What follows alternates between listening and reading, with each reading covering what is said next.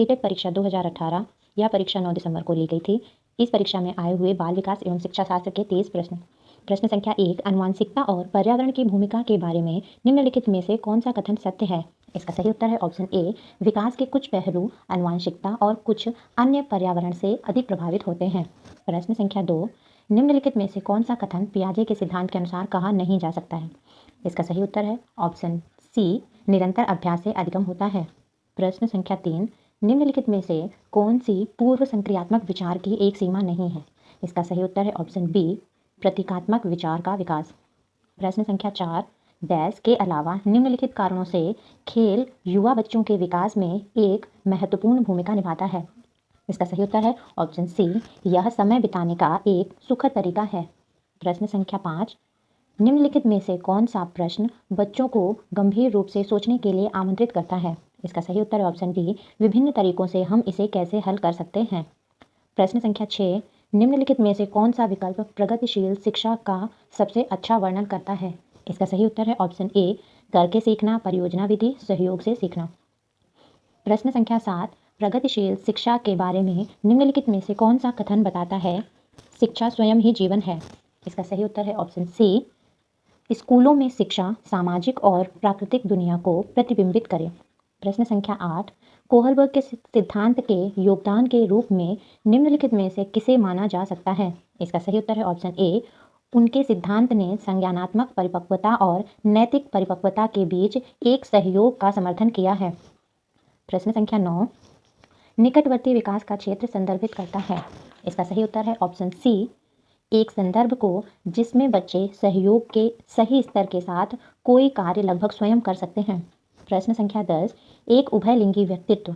इसका सही उत्तर है ऑप्शन बी, में आमतौर पर माने गए मर्दाना और स्त्री गुणों का समायोजन होता है। प्रश्न संख्या 12, मानकीकृत परीक्षणों की आलोचनाओं में से एक यह है कि। इसका सही उत्तर है ऑप्शन ए, वे मुख्य रूप से मुख्यधारा की संस्कृति का प्रतिनिधित्व करते हैं और इसलिए पक्षपाती हैं। प्रश्न संख्या 13, एकाधिक बुद्धिमानी का सिद्धांत कहता है कि। इसका सही उत्तर है ऑप्शन बी, बुद्धि कई प्रकार की हो सकती है। प्रश्न संख्या 14, शिक्षक सीखने के लिए मूल्यांकन और सीखने के मूल्यांकन दोनों का उपयोग कर सकते हैं। इसका सही उत्तर है ऑप्शन ए, बच्चों की प्रगति और उपलब्धि स्तर को जानने में। प्रश्न संख्या 15, निम्नलिखित में से कौन सा सतत और व्यापक मूल्यांकन से संबंधित नहीं है? इसका सही उत्तर है ऑप्शन डी, यह बच्चों को धीमे, खराब या बुद्धिमान के रूप में चिन्हित करने में उपयोगी होता है। प्रश्न संख्या 16, बच्चों में प्रतिभाशालिता डैश के कारण हो सकती है। इसका सही उत्तर है ऑप्शन ए, आनुवंशिकता और वातावरण के बीच अंतःक्रिया।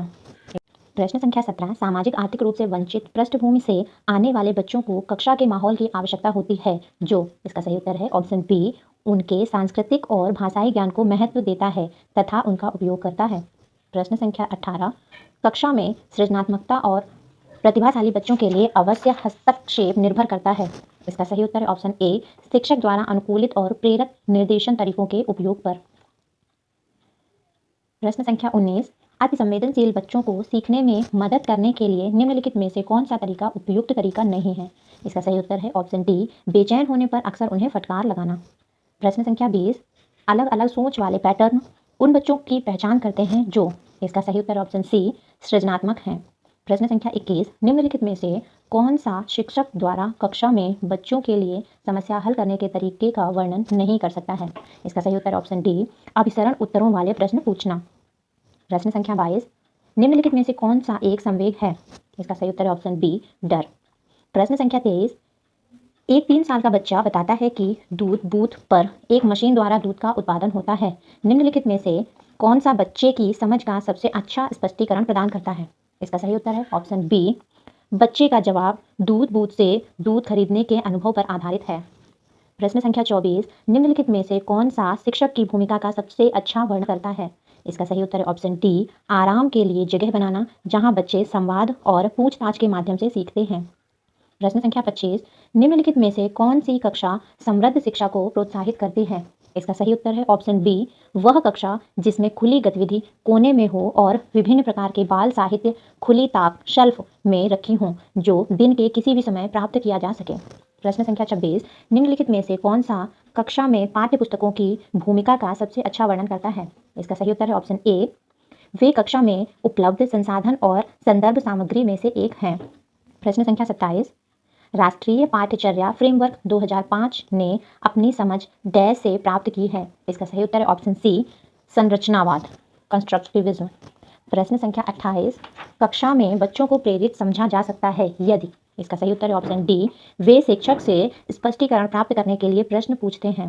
प्रश्न संख्या 29, निम्नलिखित में से कौन सा बच्चों में अधिगम में सुधार करने के लिए सबसे अधिक उपयुक्त है?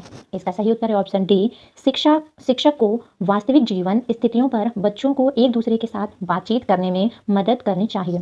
प्रश्न संख्या 30, अनुशासन जो अधिगम वातावरण में एक महत्वपूर्ण भूमिका निभाता है किस तरह की मदद करता है? इसका सही उत्तर है ऑप्शन ए, बच्चों को अपनी शिक्षा को विनियमित और मॉनिटर करने के लिए।